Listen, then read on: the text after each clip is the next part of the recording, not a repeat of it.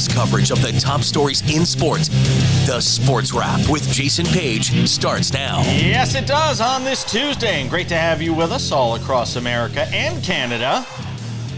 For the next 60 minutes, we got a lot to talk about. Got a lot of problems with you people. We'll be joined by our friend Patrick Creighton from Sports Radio 610 in Houston. That city on fire right now. They just got Kevin Durant. Astros playing great baseball, some of the best baseball in the bigs. We'll talk to him about those two teams. Who knows? Maybe a couple other things will pop up along the way. So we'll do that coming up.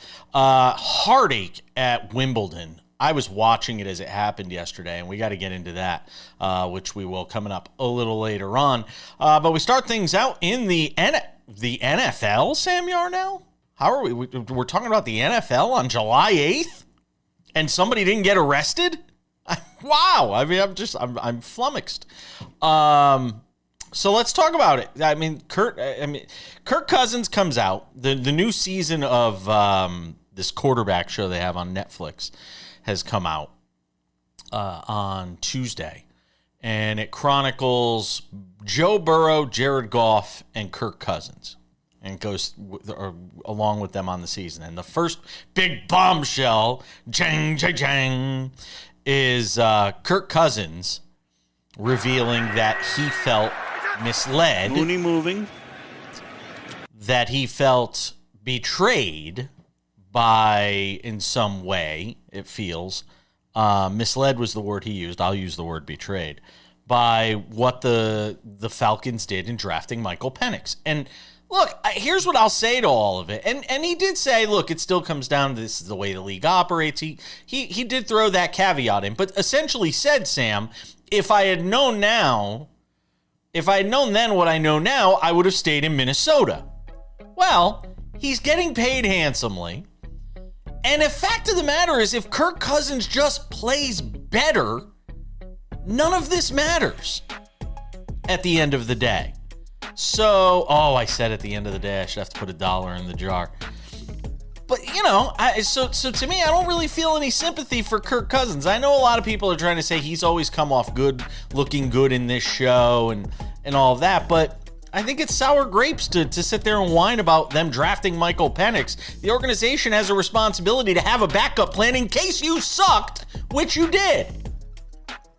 Yeah, so full transparency, I haven't watched the new season of Quarterback beginning to end. Quite frankly, there's not enough time between when it came out this morning and when Jason and I are taping the show, even if I watched it right the second it came out all the way up until now. So I'll have a better idea of or maybe a better understanding or better contextualization of it after watching the entirety of the season.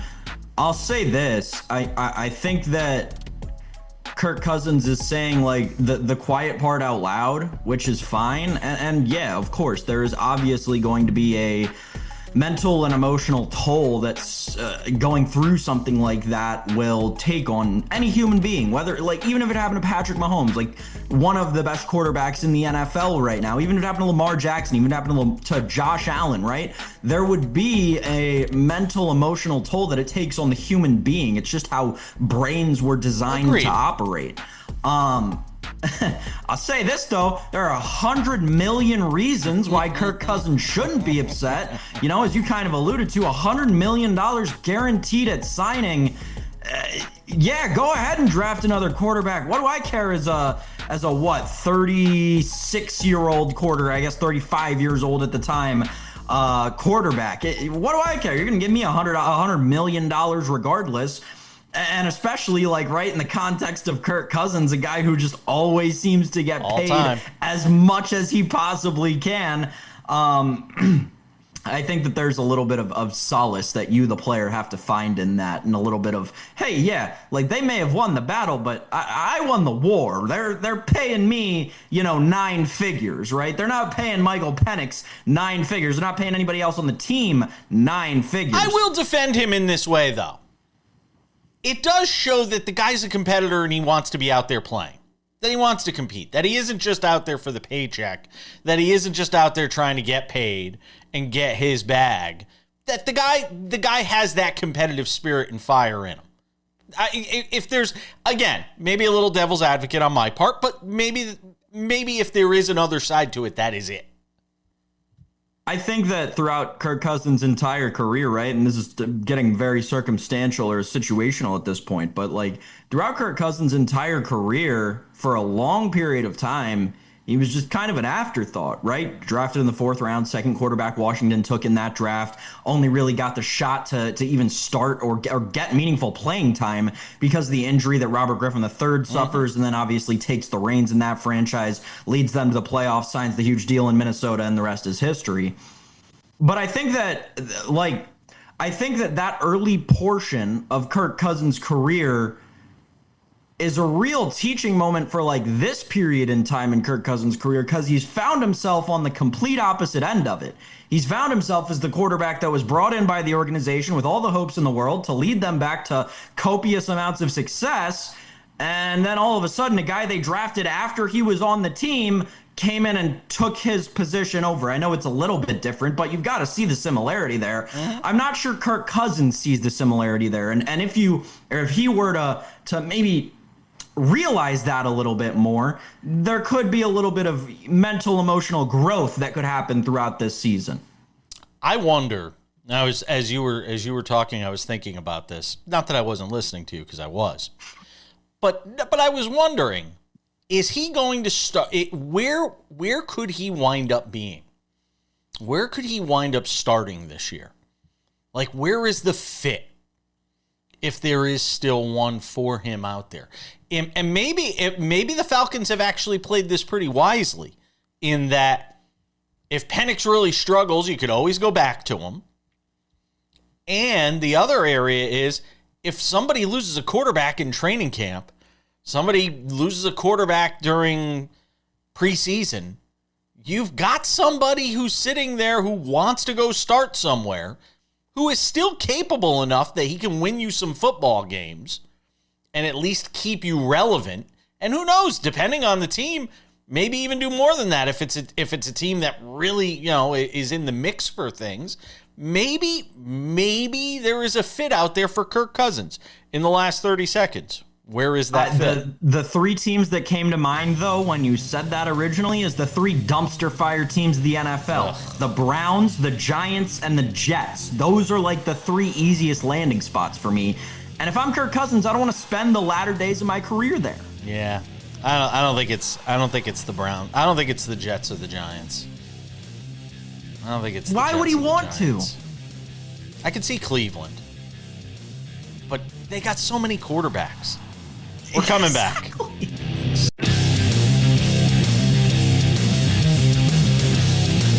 All right, we keep things moving on this Tuesday edition of the show. Coming up in 10 minutes, Patrick Creighton from Area 45 on Sports Radio 610 in Houston. Friend of the show, friend of mine. Talk to him about a city on fire right now in a good way. They got Kevin Durant, and the Astros are just tearing it up right now. Sam Yarnell, something I would have talked about yesterday, but we had so much coming off the weekend. All-Star Game snubs.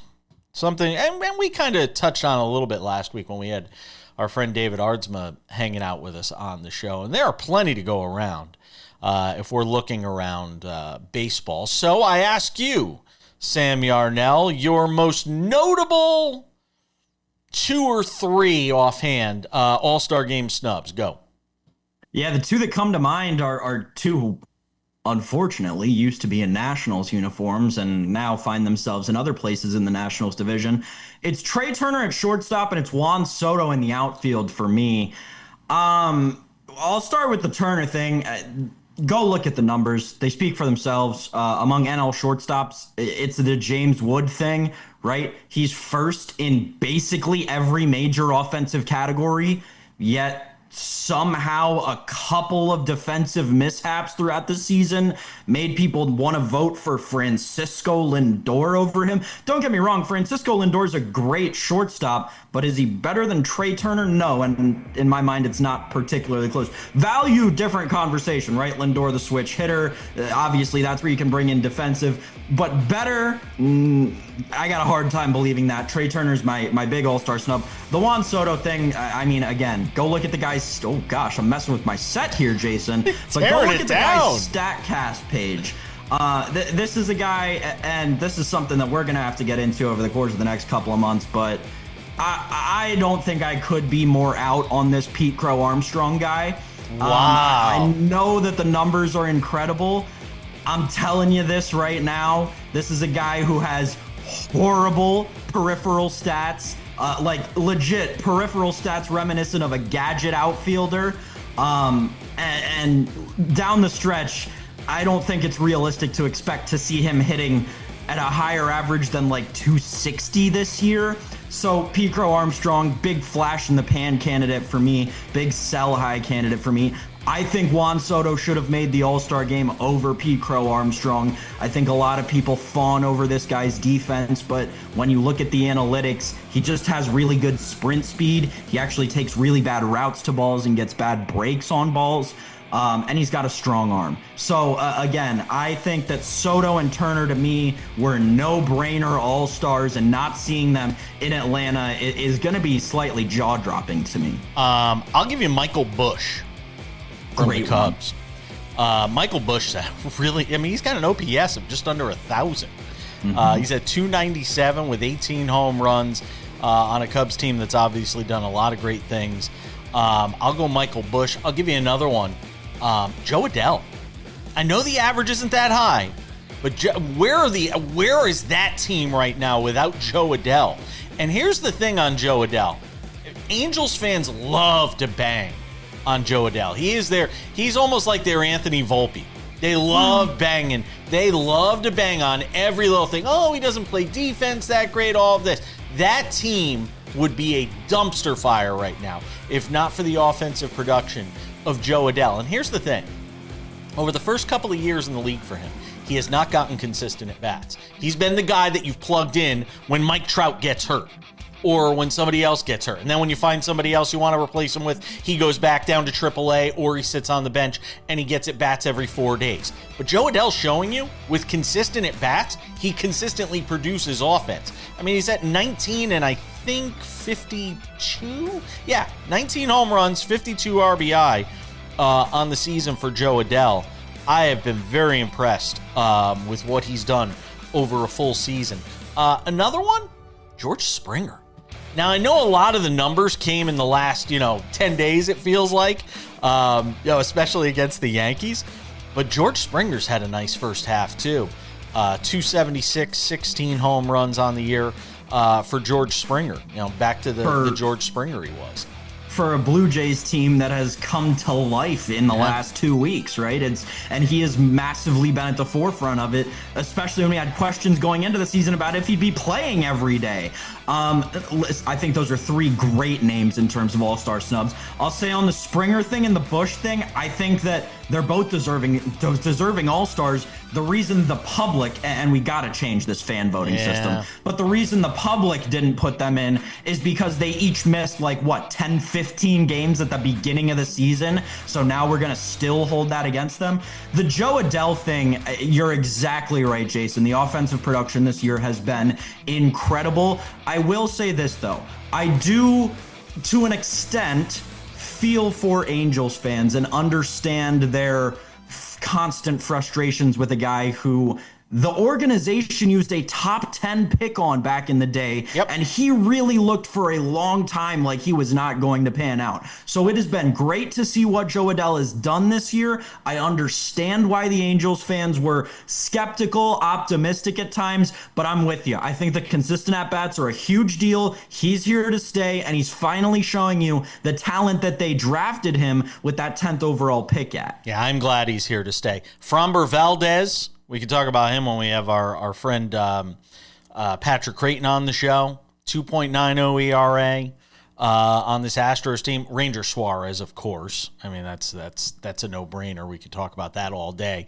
As our friend David Ardsma last week predicted, he would win the Cy, or he said right now he would be his Cy Young Award winner if we were doing it for the National League. Kodai Senga has had a nice first half. For the Mets, obviously. Nathan Eovaldi, the innings count there is a little low. But, a 1.75 ERA, a whip of 0.85. Sam, go ahead. You had a real quick. They put Jeremy Pena on the All-Star team, right? If they didn't put Jeremy Pena, because I know Jacob Wilson's going to be the starter for the American League at shortstop, but if Jeremy Pena is not on that American League All-Star team, Pena's on it. Pena's on it. All right. That Pena situation is interesting. Starting. That Pena situation's interesting in Houston. I'm going to talk about it with Patrick too, because he became a Scott Boras client, and all of a sudden, Boras and the organization aren't talking to the Astros. They were having conversations about a contract extension. Now all of a sudden, nobody's talking. Boras came in and it was like, it's a wrap. We're going to wait and get our money. So, could be some interesting times ahead when it comes to Jeremy Pena and his relationship with that organization. All right, we're coming back. We'll do some baseball and some basketball with Patrick Creighton. Sam comes back later in the show.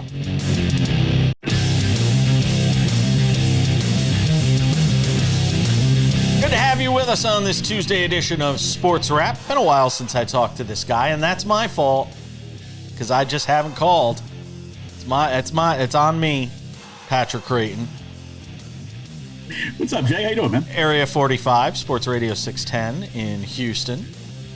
Does a great job down there. Gives us a few minutes. I thought it was a good day to talk about Houston because that's a city on fire in a couple of regards right now in a good way. One being the Astros, the other being the Rockets. So I thought spend a few minutes with you talking about both as somebody who is in the belly of the beast there. And start with the Astros, who we were just talking about a little bit in the last segment with a couple of guys. One in particular that we were talking about that you could consider an all-star snub in Framber Valdez. But talking about the team in general, and don't tell me you were the guy that saw this coming, that this team was going to be 20 games over 500 or whatever the hell they are on July 8th. I don't, especially when you consider Yordan Alvarez is still dealing with an injury. How are they doing it? So I can pull you the air check from June 3rd if you want to hear that I was the guy who told you that they were going to be 20 over because their schedule for June was super soft. And they had played through the beginning of June. They played the most difficult schedule in all of baseball. They only played 15 games against teams that did not have winning records. So they played an incredibly difficult schedule early on. And then they got a much softer schedule in the month of June where they beat up on a lot of bad teams. But by the time the end of the month came around, and they had to play the Phillies, and they had to play the Cubs, and they had to play the Dodgers, their confidence has gotten so high, they smashed the snot out of those teams. They went 8-1 against the Phillies, Cubs, and Dodgers. They swept the Dodgers in L.A. for the first time since 2008. And this is a team that is starting 3 to 4 minor leaguers a day. They have so much confidence right now. They don't care who's playing. Their expectation is we play today, we win today. And it exudes from their manager. Joe Espada should hands down be the front runner for AL Manager of the Year. Not that A.J. Hinch is not doing a tremendous job in Detroit. He is. But look at what the Astros have overcome. They have an entire starting rotation on IL. Their best hitter played a month of the season with an injured hand and has missed the season since then. Oh, and now they're Jeremy Pena, the guy who at the time had the second highest WAR in all of baseball. Now he is down, and I would expect we will probably not see him until after the break because we all know if the Astros say, hey, it's just going to be a few days, it's probably 6 weeks. Talk about Hunter Brown, too, because we've talked about him a lot on this show and sort of what he's meant to that team and to that rotation. You talk again, talking about, all the injuries this team has sustained. Who saw this coming? The Astros have 2 aces and a bunch of refugees in their rotation right now, right? I mean, it's Hunter and Framber, and then it has been occasionally working back to form Lance McCullers Jr., but for the most part, it has been rookies and guys they pulled off the waiver wire, or refugees, as we call them in baseball. So they really have – it's amazing what they've done. And for for Hunter Brown, who looks every bit like the guy who should be in the lead for AL Cy Young, all respects to Tark Skubal, who is also a phenomenal pitcher and apparently does not believe in walking anyone. Hunter Brown has the best ERA in the American League. In fact, I think he has the best ERA in baseball. His ERA is 182, which, after 3 starts, 4 starts, it's after 17 starts. Like, it's amazing. You look at what he did really from, say, the end of May last year going forward, and it is carried over to this year. He might actually be better this year, and he's going to go for his 10th win tonight against Cleveland. He has been their stopper. They are 13-4 when he starts. Go back to Jeremy Pena for a second here. He was talking with the organization on a contract extension, brings in a new agent in Scott Boras, and now you're kind of left wondering, because there hasn't been a lot of communication since Boras came in and took over as his agent, from what I understand. What's going on there? Is this just Boras being Boras and playing hardball? Are they going to be able to get something worked out that keeps him there long term? Whether you like Boras or you don't like Boras, the reason Scott Boras has every high-end client is because the higher end the client, the more he wins. And even when you say, oh, well, he lost this one or he lost that one, well, there's 500 that he won that go against that one loss. He's the best in the business for a reason. And usually if you're a fan of a team and you see a client has Scott Boras for an agent, you hem and you haw and you, oh, geez, what's good? Because you know what Scott Boras is about. He's going to leverage that as hard as he can.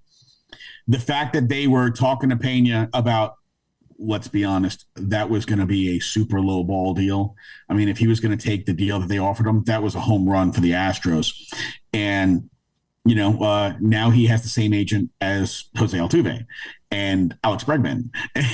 So it's a smart move by Pena, who, look, he was an older player when he came up. He was like 25 when he came up. This is his one shot at the bag. So I totally understand that he wants to get that. It's generational, life-altering money, and I will never begrudge a player for wanting to get all the money he can. They absolutely should.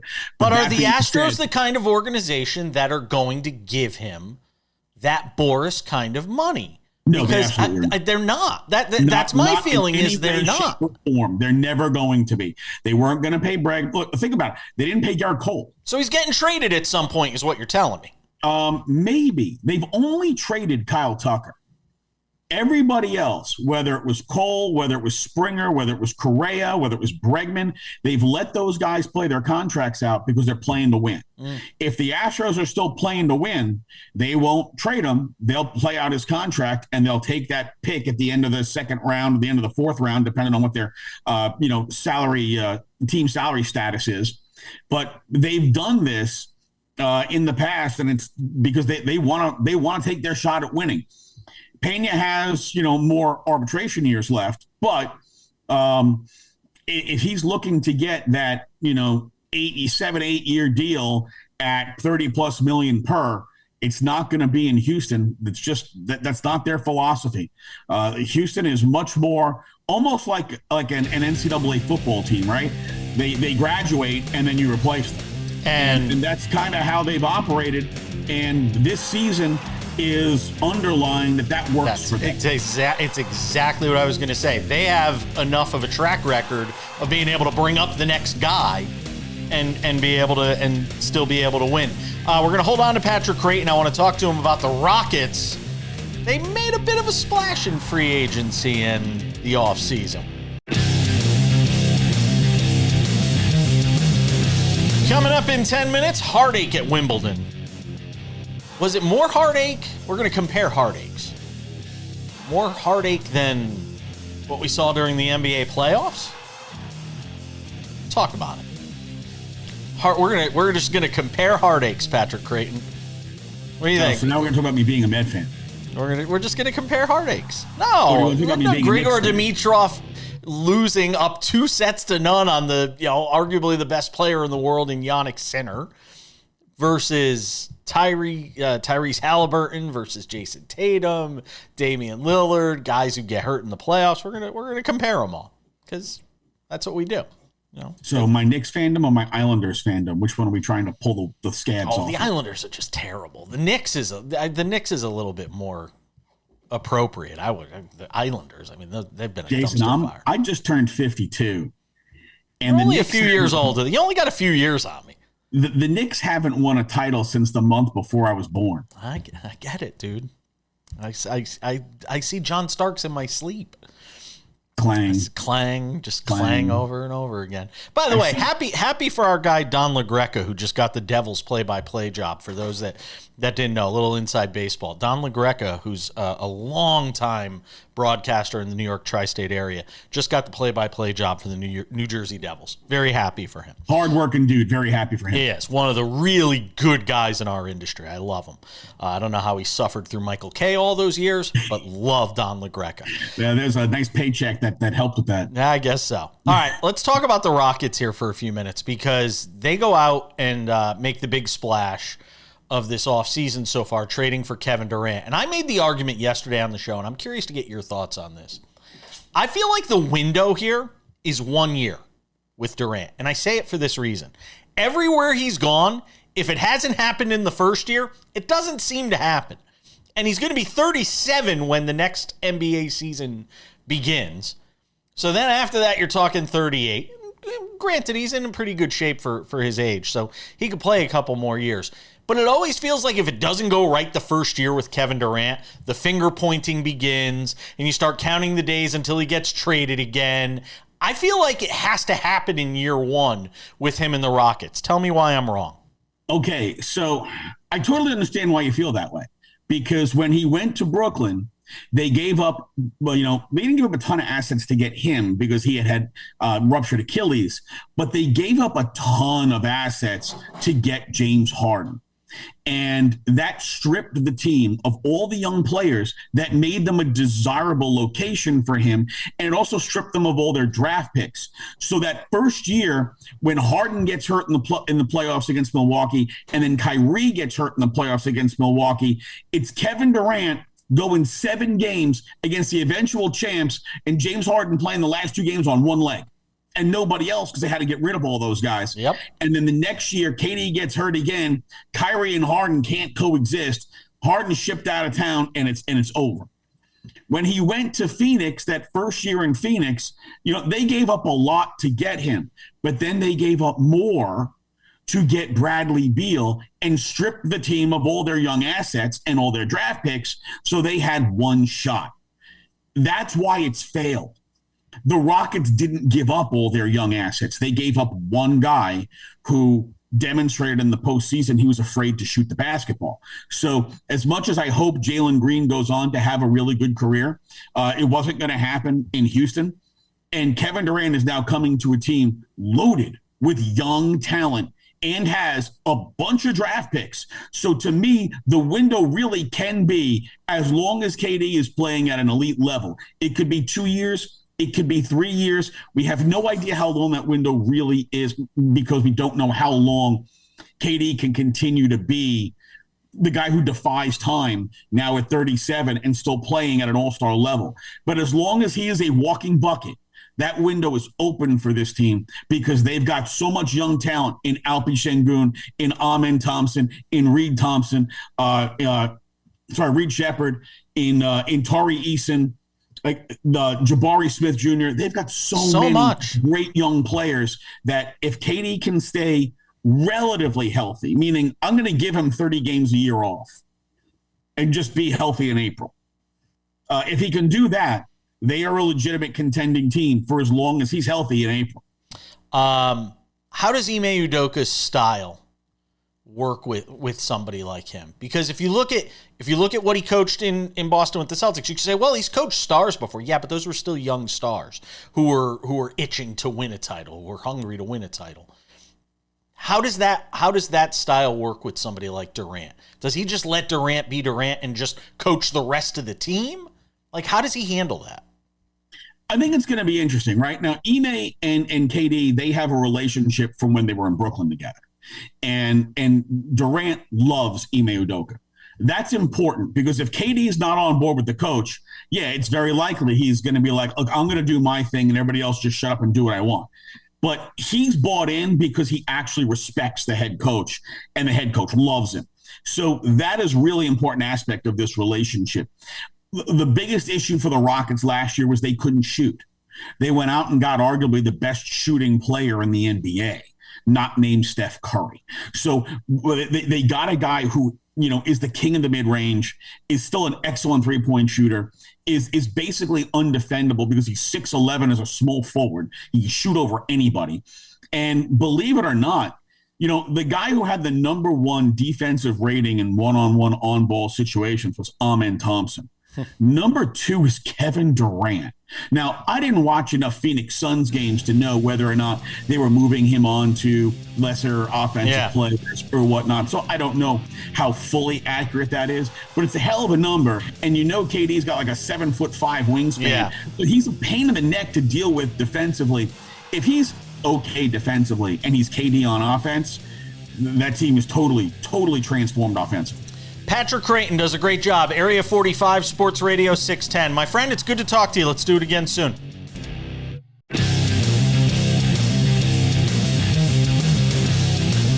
All right, Odds and Ends wraps it up in 10 minutes. Everything we ran out of time to get to. Coming up,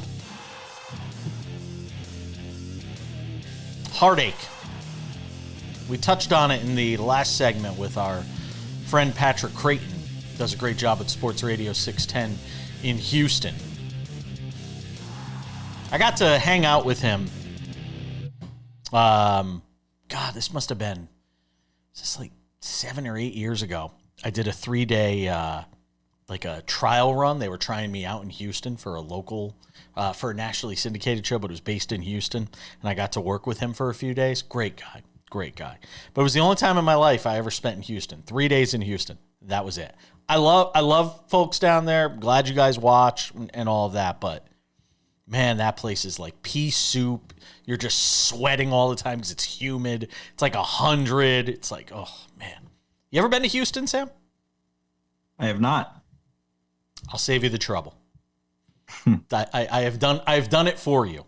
It's not made for people like you and me, guys who are a little not thin, not fat, but a little heavier, a little bulkier. You just sweat. All you do is sweat. So unless you like to sweat, you don't go to Houston. So that's all you do is sweat. That's it. That's what I get. A blank stare. That's what I get. Yeah. Dynamite drop in, Monty. Seems like Florida-esque, I guess. Yeah, that's true. If you've been to Florida, you've probably been to Houston. All right. I was absolutely crushed watching Grigor Dimitrov yesterday against Yannick Sinner because Dimitrov had this thing in the bag. He's up 2-0 on Dimitrov. And it's 2-2 in the third set. And Dimitrov's playing the match of his life. Now, mind you, this is a guy that in the 4 previous Grand Slam events had to pull out because of an injury. And it happened again yesterday. Looked like a pec injury.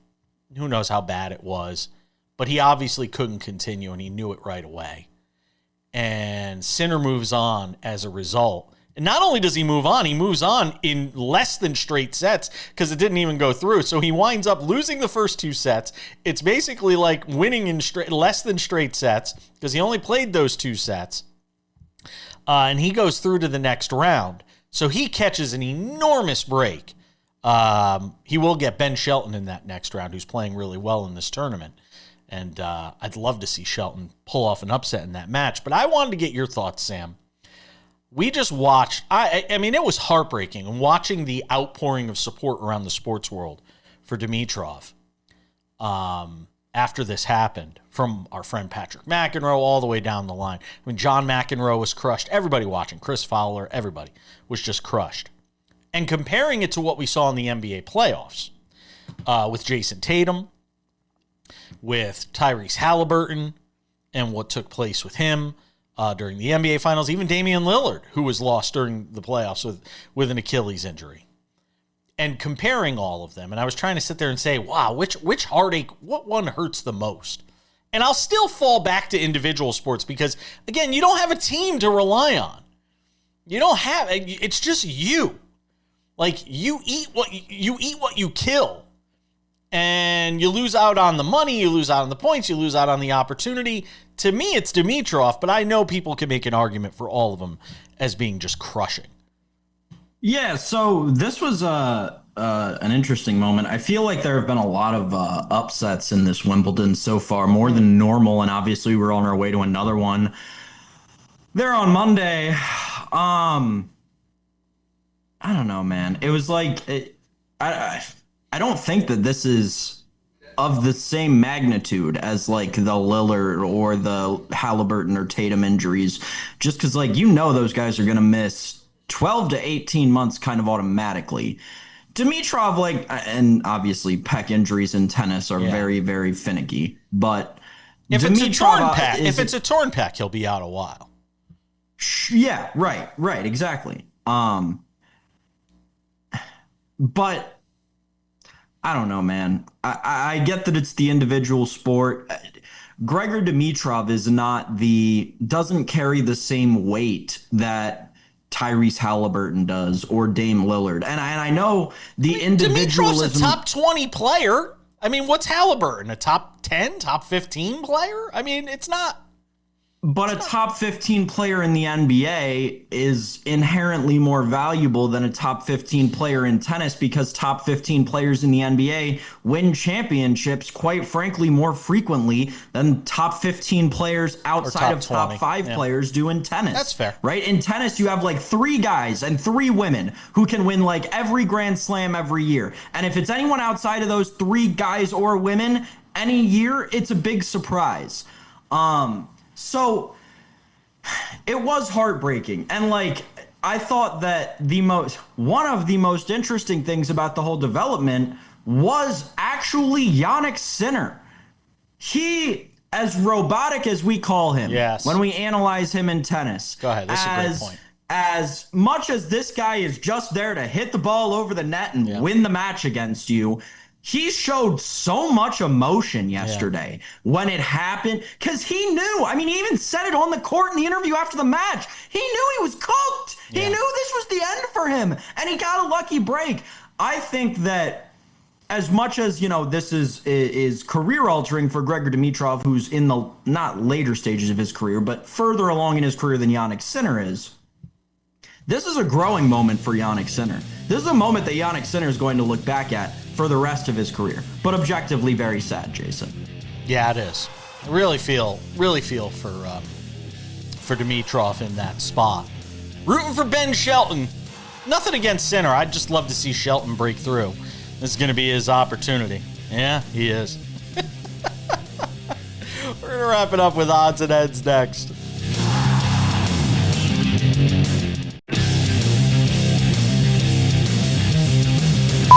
All right, just about time to put the wraps on this baby for a Tuesday. Tomorrow on the show, Kurt Heelan of Pro Basketball Talk at NBCSports.com. Do some NBA with him. Maybe some other surprises. You never know. A couple of reminders. If you have not done so yet, make sure to subscribe to the Sports Wrap with Jason Page podcast. The audio version of this show, same exact show, just audio only.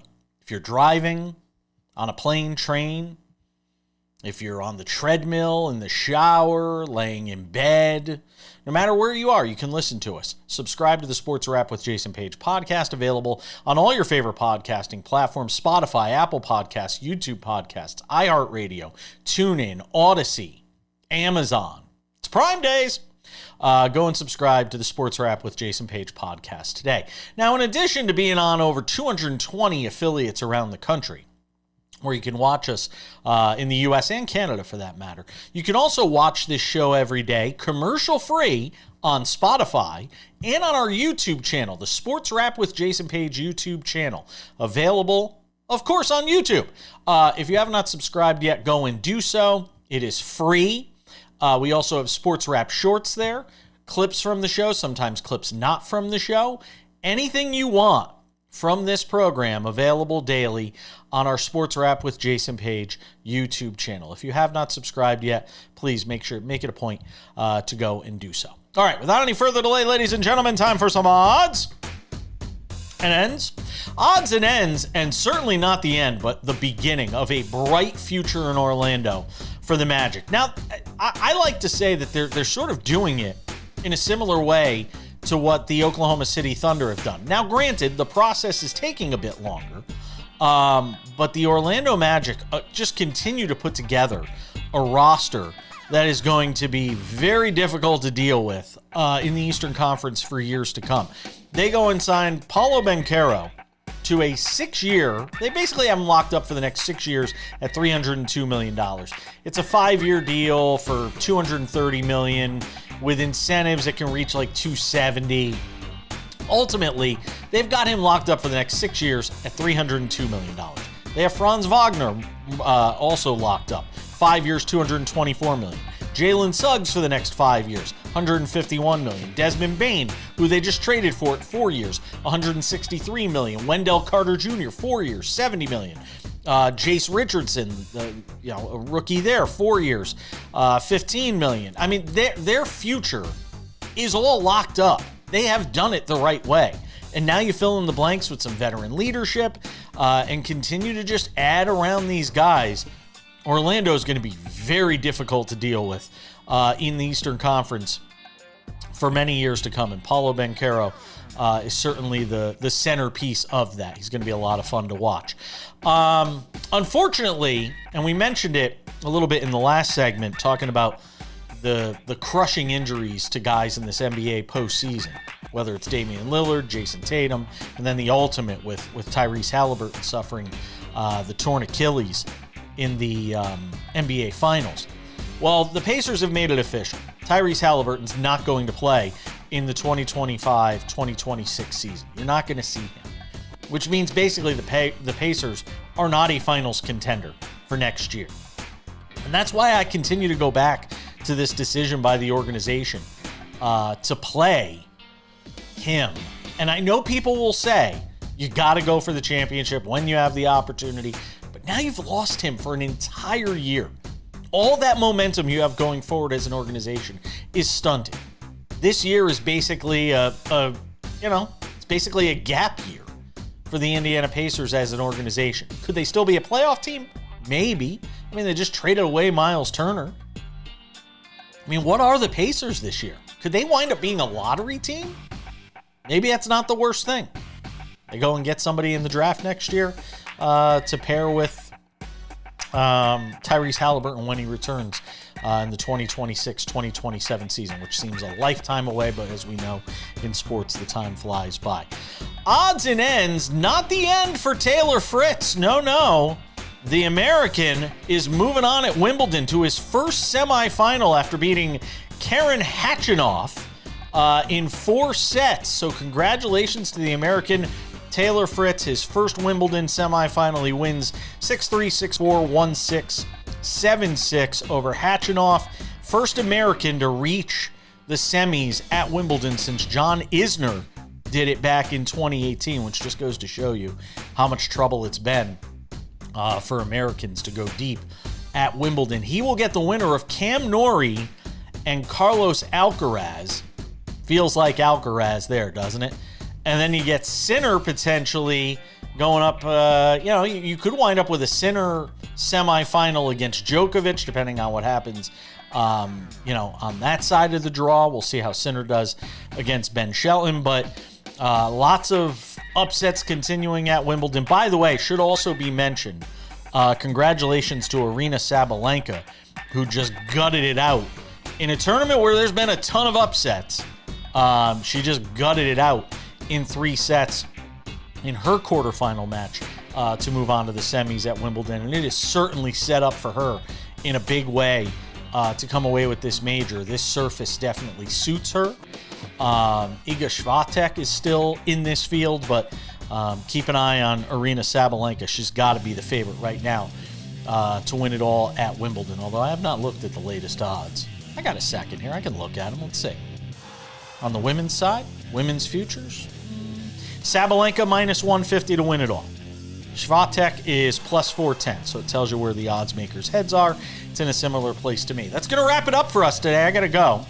Thanks to Sam Yarnell. Thanks to Patrick Creighton, you for watching. We'll see you back here on Wednesday for an all-new Sports Wrap.